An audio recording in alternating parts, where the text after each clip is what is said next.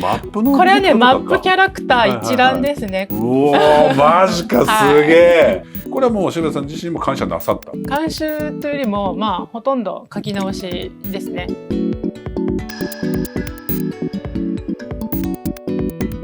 皆さんどうもこんにちは、安本博樹と申します。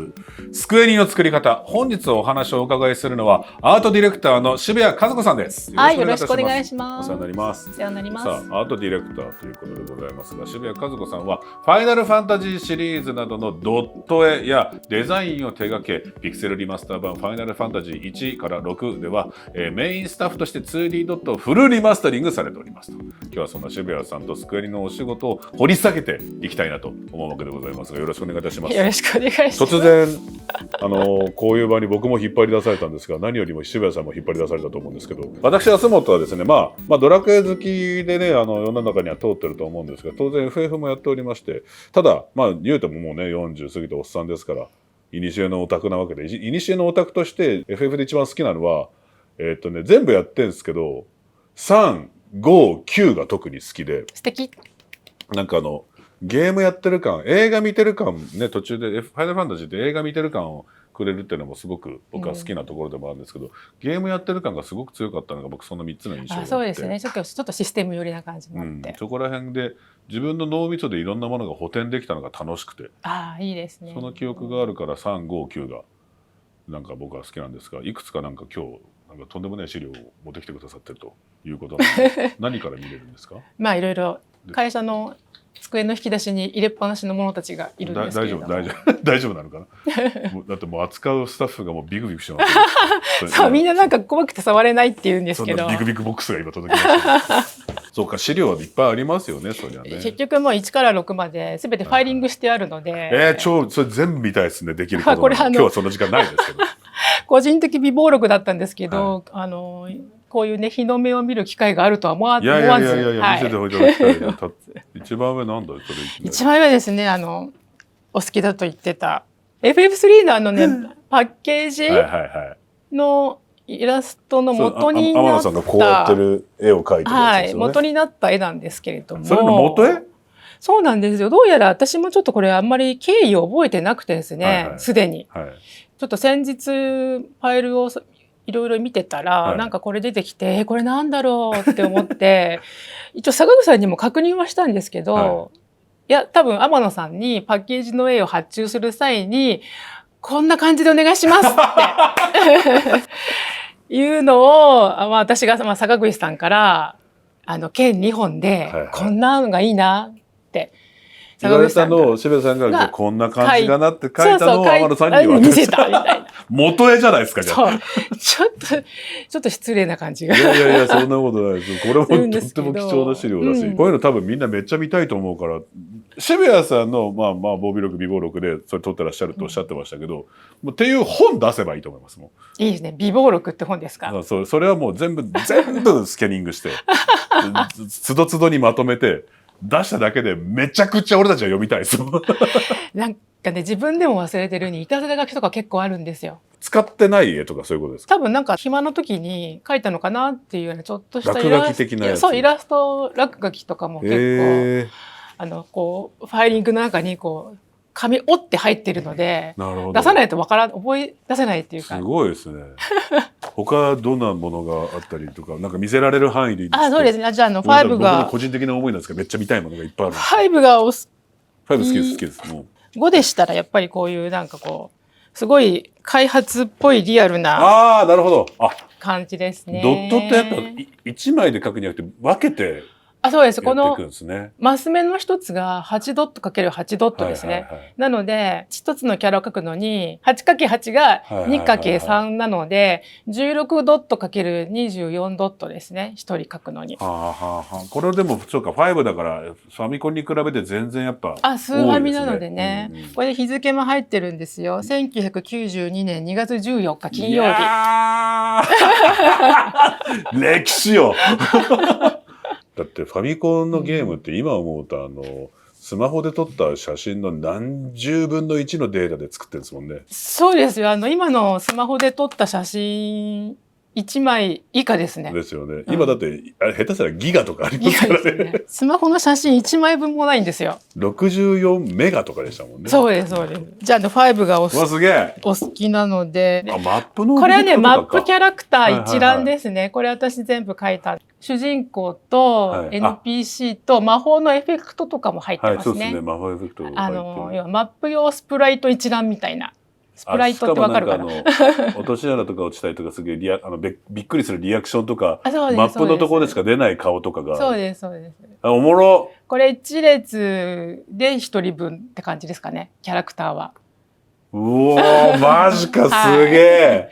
1列で前後ろ横歩きで1列って感じですね。これめちゃくちゃ見たい。これはぜひ皆さんにも見ていただき、本出しますやっぱり。これでもなんかお見せしたことあるんですけどね。改めて手元に残したい気持ちにみんななると思う。しかも絶対デジタルで出さないでアナログで出してほしい。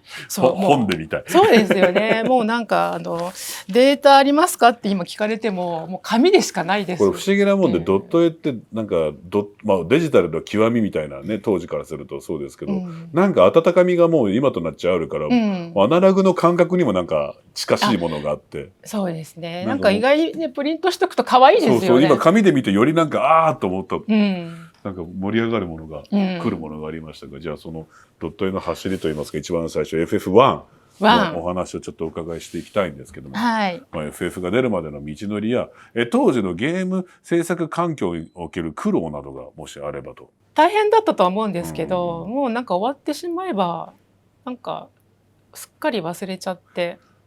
苦労が思い出せない。ハードの切り替わりとかってやっぱ大変なんですか？大変というよりも前できなかったことができるようになるっていう喜びの方が大きいかもしれないです。ファミコンからスーファミになった瞬間に3色しか使えなかったのが16色も使えるっていう喜びの方が大きいですね。でもスーファミになった時点で私なんか聖剣伝説のゲームボーイ版をやらなきゃいけなかったので、めっちゃやってましたよ。カラー3色から白黒3色になっちゃって濃い薄い黒ですからね。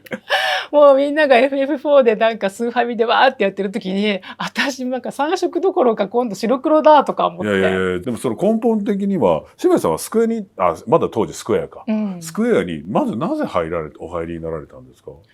なぜこれはですねちょっと遡ると、要は私ずっとちょっと父が絵心がある人だったので、割とこう小学校ぐらいから絵描くのすごい好きだったんですよ。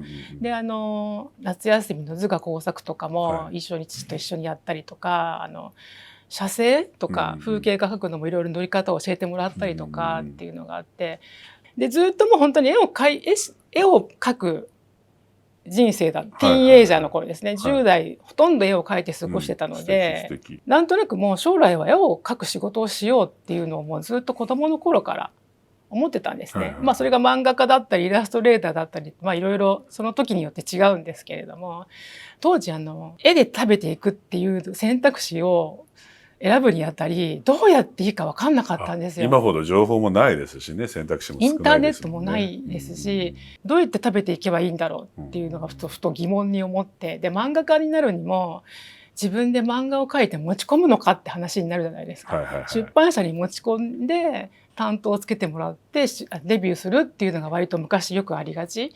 そういうイメージですよね。そうですね。だったのでそれはちょっと大変そうだな、そこまで漫画家になりたいわけでもないっていう気持ちがあって、そこで思ったのがアニメーションだったらどうだろうと思って、アニメーションだったら例えばアニメスタジオに入って、就職できるって思ったんですよ、普通に。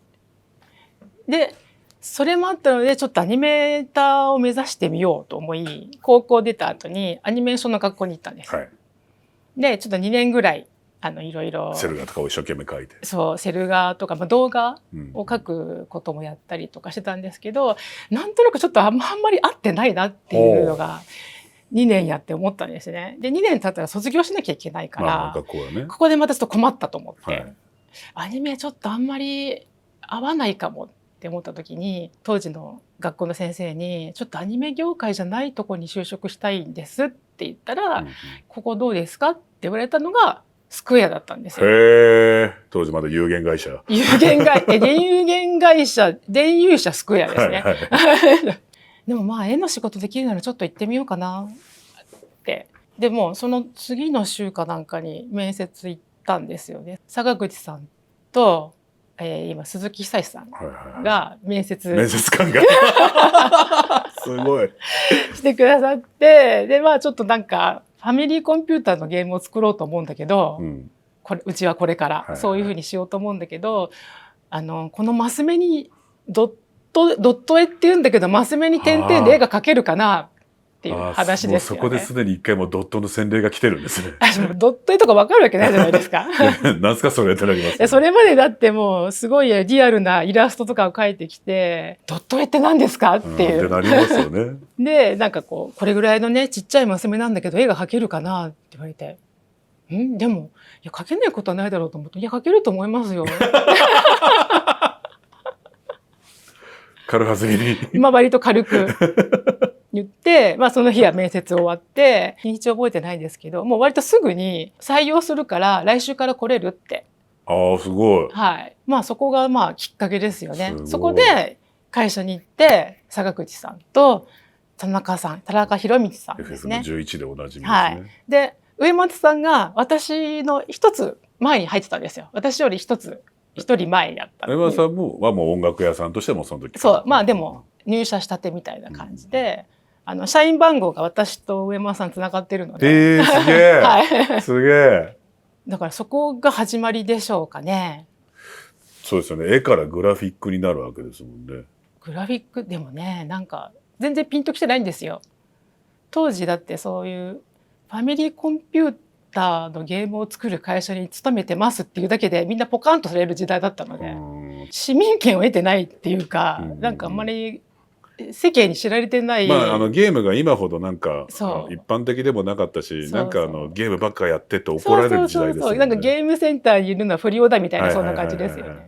そういう時代だったので本当ゲームの会社で絵を描いてますっていうとみんなはっていう感じでしたね。だって同級生とかみんな普通に大学行って銀行員とかになってる時代なので。そうかそうか。そうなんですよ。じゃあドットとして一番最初に描いたのは何になるんですか？キングスナイトですね。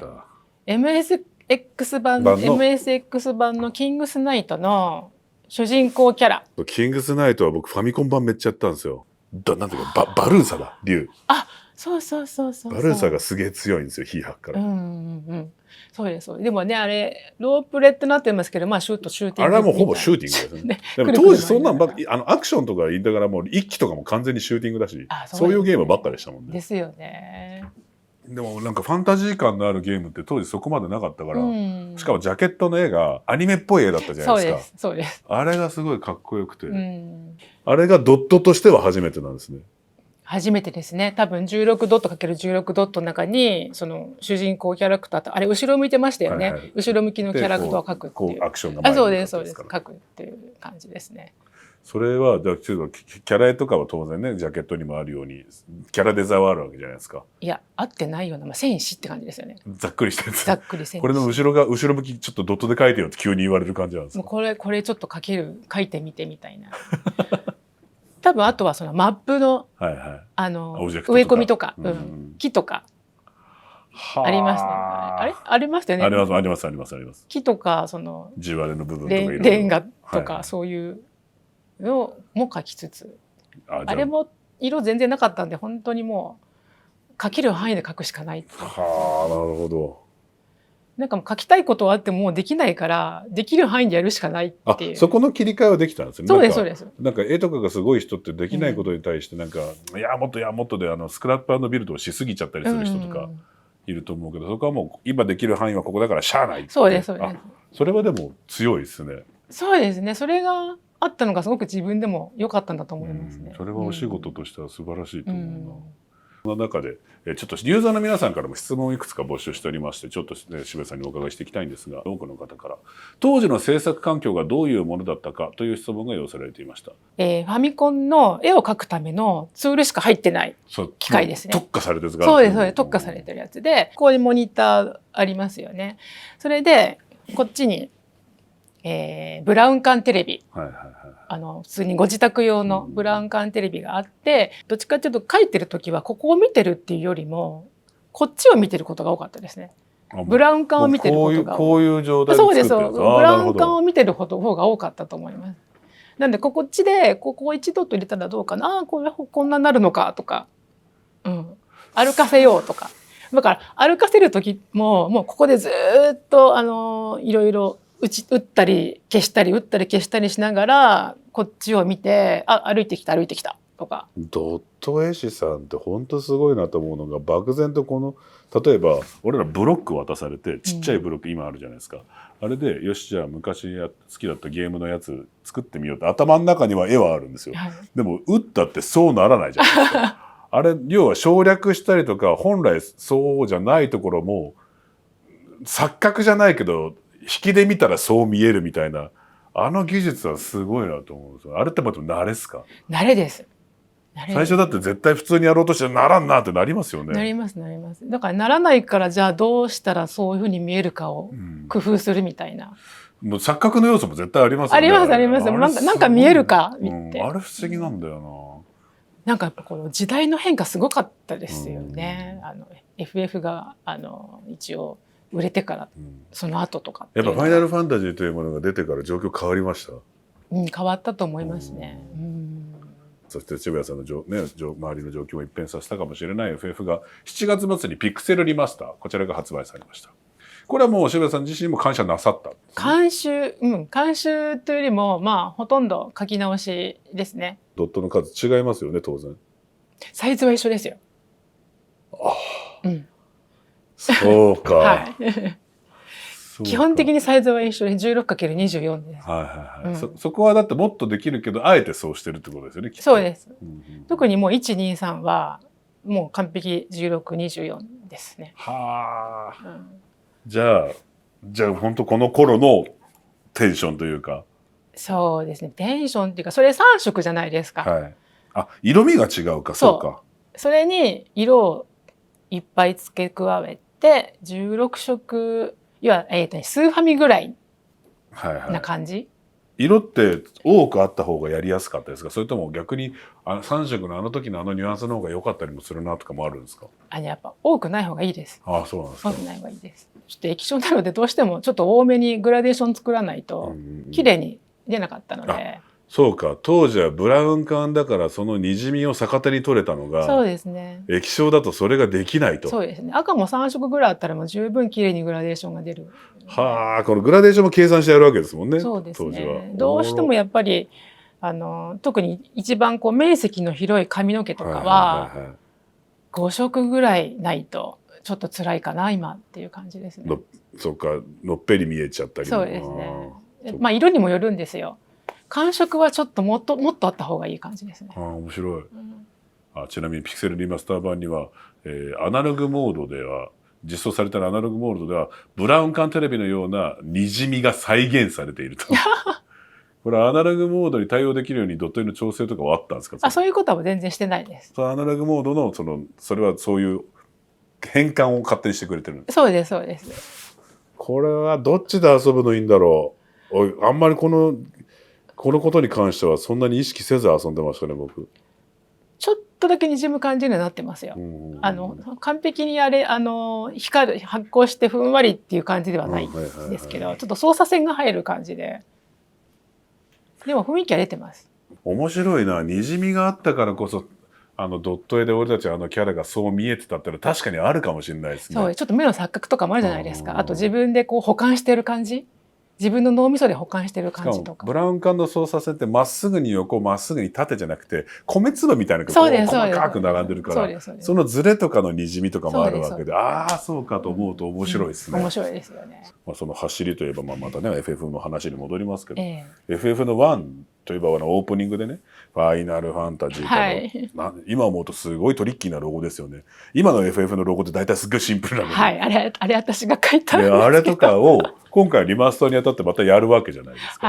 あれは当然で先ほどデータないとおっしゃった時、もう一回全部作り直しですよね。そうですね。あれはもうプロデューサーからも直々にあれは渋谷さんが書いた方がいいでしょうっていう話だったので、書いてもいいけどって思って先ほどまだお見せしてないですけど奇跡的にプリントアウトが残ってまして。それなんですよ。これなんですよ。この FF のロゴが今思うとちょっと変なロゴですよね。なんか全然違うけどこれなんですよね。ちょっと洋物っぽいですよね。F の横のウェイってなんだとかこれはもうデザイナーの勝利ですけど、これインパクトすごいあって、でこれがですね多分その、34年前に、私自分でこれプリントアウトしてあったんですよね。すごいですね。これ超いいですよ。うん、めっちゃいいですこれ。でこれがあったので、手前のここのシルエットは今回リマスターでは完全メコピサイズさっきで画面出していただきましたけど、することができて、よかった取っといて。これを吸い出してペイを手直しではなくて打ったんですね。いやこれ今出てすごいですよね。手前のシルエットは全く一緒です。でもそれこそ今対比が違うじゃないですか、縦横の。だからちょっと横向きに少しのアレンジを加えつつですよね。そうですね。この植え込みのこっちが伸びてる感じですね。こっちを。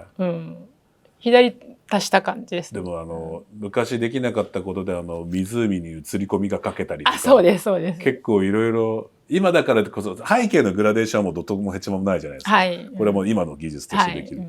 でもなんでしょうね、バランスがすごく気持ちいいですね。今ドットをやるにあたっては今の技術と一緒に足すとこういうクオリティだよっていうのが見えるから、僕これはすごく素敵だと思いますね。ありがとうございます。これはちょっと書いてても自分でもしみじみしましたね。そうですよね。だって原点みたいなもんですよね。そうですね。またこのドット私昔書いたドットまたやんだみたいな。そう。いや本当にそんな日が来るなんて夢にも思ってないんですよ。これ書いた時に。そうですよね。1987って書いてありますもん。2021ですよ。これね本当になんかいろんな方にすごい印象に残ってて、すごい好きな一枚って言われることが多くて、なんかそれにもちょっと自分でも驚き。ファミコンのゲームでこういうのなかったから、曲のインパクトも当然あったし、ね、メインテーマがかかって、なんか自分でも本当にこれはなんか思いもよらぬなんかこう宝物みたいになりましたね。これはそれの待ち受けが欲しいぐらいですもん。超素敵です。さあそしてリマスターといえばですね、1、2、3が今も出てるのかな。で2のそうこれちょっと気になってる人もいると思うんですけど、2に出てくるキャラクターでフリオニールという子がいるんですが、急にリマスター版だと急にターバンを巻いてる。これ何があったんですか？いやどっちかっていうと昔の FF2 のフリオニールがなんで戦士のままだったのかっていうのが私の謎なんですよね。どっちかっていうとそっちですよね。あれなんで戦士のままなんだったっけ？それはもう都合ですか？多分都合だと思う。容量とか。いや容量じゃないと思うんですけど。で今ごめんね、あの時はごめんねっていう。そうごめんねって思って。ちゃんとしてあげるから。色もたくさんあるからターバンかけるよって。よかったね。フリオニールも救われたでしょうね。そうです。さあそしてこの次はね、3で僕伺いたいことが、本来ファミコンの描写としては1も2も3も変わらないけども、3で僕結構グラフィック面すげえパワーアップしてる印象があって、ドット絵で苦労した点ってありますか？印象に残ってるのがツーヘッドドラゴンと暗闇の雲なんですよ。これめっちゃ大変だったんじゃねえかなと思うんですよ。そうですね。じゃあリマスターじゃなくてオリジナルの方ですね。そうですね。3私キャラクターは書いていないので、そうなんですか。モンスターと戦闘背景とかマップとかですね。ワールドマップじゃなくてダンジョンとかの方のマップなんですけど、暗闇の雲とかも大変でしたね。暗闇の雲はですね、もうあれはもう全然天野さんの絵とまたちょっと違うものになってしまったんですけど、やっぱ当時ラスボスちっちゃいのはありえなかったんですよ。そうですね。で人型じゃないですか。これね、ツグの皇帝もそうなんですけど、人型のラスボスって全身入れるとどうしてもこう画面映えしないこじんまりとしちゃうものになってしまい、ラスボスらしくないじゃないですか。もうしょうがないと思ってここだけにしようって思ってでアップにしたのであの形になったんですけど、で暗闇の雲も天野さんも全身でこういう全身が入ってるでこういう女の人が来ちゃったんで、どうしようって思って、顔こんななっちゃうっつって、そうこれラスボスはちょっとって思った時に、ちょっとしばし考えて、もう全然変えちゃおうって。なるほどなるほど。もうこういう何かから乗り出してるような上半身にしようって思って、要は顔を主人公たちに近づけて、ちょっとこう上からこう来てる感を出せばいいかなって思ったんですよね。ただこう立ってると全然怖くないんで、これをもっと前のめりにさせて追いかいて、もう腰から下はなしって思った時に、なるほど。なぜかデザインを思いついたっぽいんです十分怖かったし、暗闇の雲っていうのがまた怖いんですよ、名前が。なんで雲なんでしょうね。あれが怖いんですよね。あとはまあたまに言うんですけど、この肌色で女の人描くともう生々しくてしょうがなかったので、胸元とか顔とかもそうなんですけど、なので緑にして入れ墨にしちゃったんですよ、全身入れ墨に。化け物感も出ますもんね。そうですそうです。でもあれはイメージとしては大事なキャラだからな。ぜひそこら辺も皆さん遊んで見つけていただきたいですが、さあリマスターについてもユーザーの皆様から質問が来てますよと。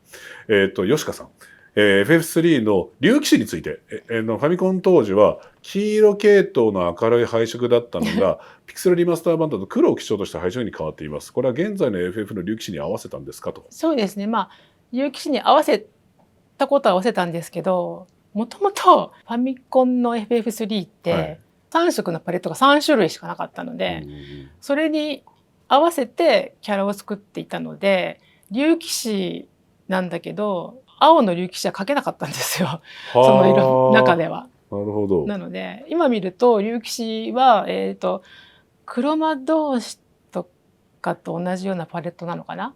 なのでどっちかっていうとだから金色っぽい。はい、そうそんな、でもなんかそうなんだと思ってただ単にちっちゃい頃やってましたけど、金色っぽい竜騎士だったので、まああれ金色っていうよりもただのなんか黄土色なんですけど、ガルーダ戦だけ竜騎士になってみんな竜騎士やめちゃうっていうのが多かったですけどね。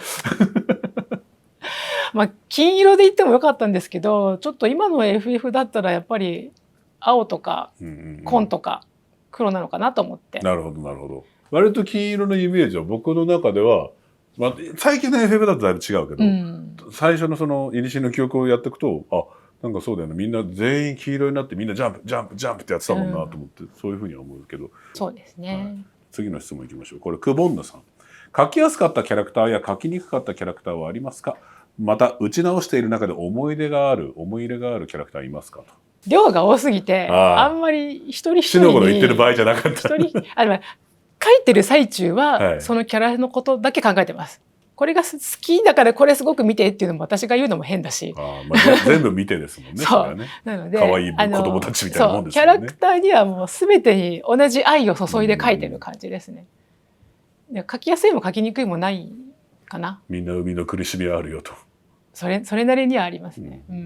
次じゃあノリーさんからの質問。渋谷さんは同じキャラクターでも時代に合わせて色使いや雰囲気を変えていると思いますが、ピクセルリマスターではどんなドット絵になりましたか。最近のドット絵のトレンドを教えてください。なんか、当然今と昔はできることも違う、色も違いますけど、何か今のドット絵のトレンドってあるんですかね。別に時代に合わせてっていうよりもその時の自分に合わせてみたいな感じなので、割とね私どんどん絵が変わってっちゃうんですよ。ずっと描いてると。今回リマスターやるにあたり2年半ぐらいずっとドット絵描いてたんですけど、大変な作業。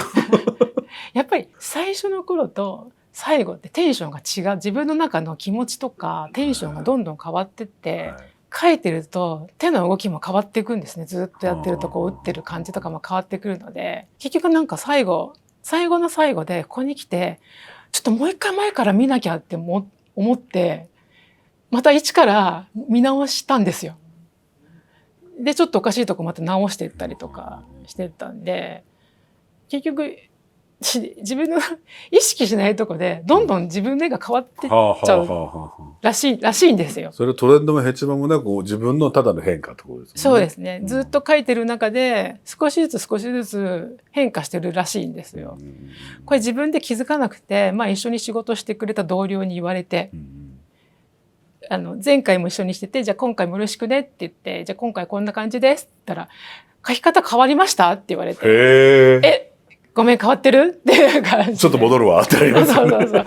あ、ごめん。あ、でももう戻れないからこれで言ってねって言って。面白いな。そういうのを見っけられたら楽しそうですけど。さあ、もう少し細かい部分のお話をお伺いしたいと思います。カルチョスさんからの質問。FF1、FF1 でドット絵を描かれていた時、どういったことを意識されていましたか？ FF1 ですよね。これまあブラウン管の話ですかね。FF1 なので、まあ3色しか使えない中で、戦闘とかいろんなポーズをどうやって表現していけばいいかなっていうことだけですよね、きっと。どうやって見せていこうかなっていう。でも3色とかって俺ね、この FF1 のね、このそうですそうです。気づいてなかったです。黒はもう色じゃないので、それ後ろの背景の色で透明なんですよ。なるほどなるほど。なので赤白肌色ですよね、それ。そうですね。っていうのを気づかずに僕見てましたね。わかんないですよね、言われないと。でもちゃんと選手が戦ってるし、毒とかでこうしゃがんでたりとか、体力が減ってしゃがんでたりとか、こう見えるもんな。そうなの。さあ続いての質問にも行きましょう。イカーシさんから。ファイナルファンタジー3の玉ねぎ剣士や狩人、ファイナルファンタジー4のリーディア、ファイナルファンタジー5のクールルなど、一部のキャラクターは、プレイヤー側に顔を向けていますが、どんな意図でデザインをしたのでしょうかと。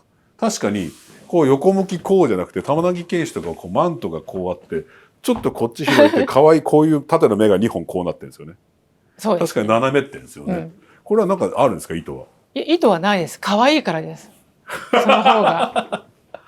もう可愛いの理由しかないです、あれは。こっち向いてるから可愛いっていう。玉ねぎ剣士と、確かにそうだな。ね、目がちょっとこっち、目もちょっと入るんで、こっちの目も入るんで、可愛いしかないですよ、あれは。確かにそうか。子供キャラは割と斜め顔になってるはずなんですけどね。言われてみたらでしたね。可愛い白魔導士とかはやっぱ可愛いから。そうそう。可愛いキャラはだいたいこう顔を。召喚師もそうか。まあ可愛いからというとすごくシンプルな素敵な意見を聞かせていただきましたが、それではキャラクター以外のドット絵に関しても少しお聞かせいただきたいと思います。背景やマップのドットはキャラクターと違った難しさがあると思います。同じ絵柄を繰り返し並べる際に気をつけていることはありますかと。そうですね。同じのが並んでるように見えないように描くですかね。そこに尽きる感じですね。海とか。なるほど。海とか山とかはつなぎ目が絶対わからないように描く。石畳とか要は砂利道とかも同じやつが並んでるんだけど、そうは絶対見せないように描く。でも結構そのせいで大変だったりもしたでしょうね。そうですね。でもですね、私ゲーム業界を知らずにゲーム業界に入ったじゃないですか。ゲームの仕事をすることになったので、変にゲームだからっていうなんかこう意識がなかったんですよね。なので合理的なゲーム脳ではないからこその発想で、でも今となっちゃうそれが主流ですけどね。そうですね。でも確かにキャラ容量を食うんですよ、ああいう描き方すると。壁を薄くしたりするのも影つけなきゃいけないし、こっちの壁とこっちの壁が使い回しできないとか、角っこ使い回しできないとか。めちゃくちゃ増えるじゃないですか。そう左右反転できないじゃないって話になると、やっぱり容量が増えちゃうので、あんまり節約はされてないんですけど、そこはちょっとどうしてもこういうふうにしたいなっていう。そっか、ドット絵のキャラが移動するとき、なるほどな。歩行をねちゃんと歩くようにっていう。この辺もでもちゃんとアニメーションで勉強したことが役に立ってるんですよね。なるほど。キャラクターを歩かせるっていうことです。そうですね。なんか動いてない時でもこういうのとか。そうですそうです。そうですよね。一つのこれもそうか。で結構アニメーションかそうか。1話になってたか分かんないですけど、横歩きの時は上下運動させてくれって言ったのも、こう沈み込みを出すと。そうちゃんとこうスーっていかないで上下運動させて歩きたいって言ったんですよね。気づかずやってたな。でも言われてみればそうか。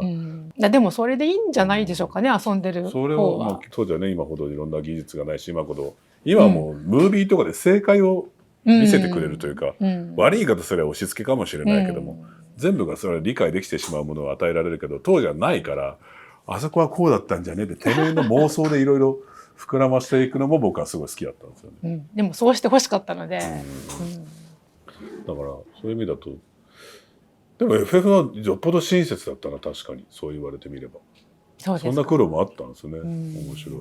さあ渋谷さんはリマスターでもねこのようにいっぱいなさってらっしゃいますけれども、海外の反応なんかもちょっと伺いたいんですが、2019年のフランスジャパンエキスポに行かれた時はウーマン・イン・ゲームスというゲーム業界の協会の名誉会員になられたと。そうなんです。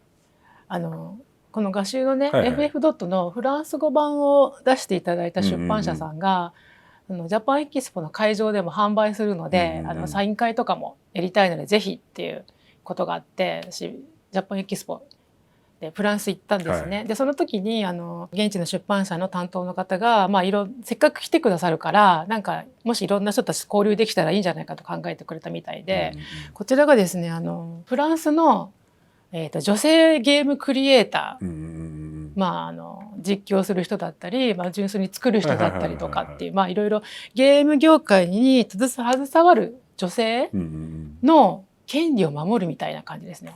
どっちかっていうと協会なんですけど、要は支援する団体みたいな感じですね。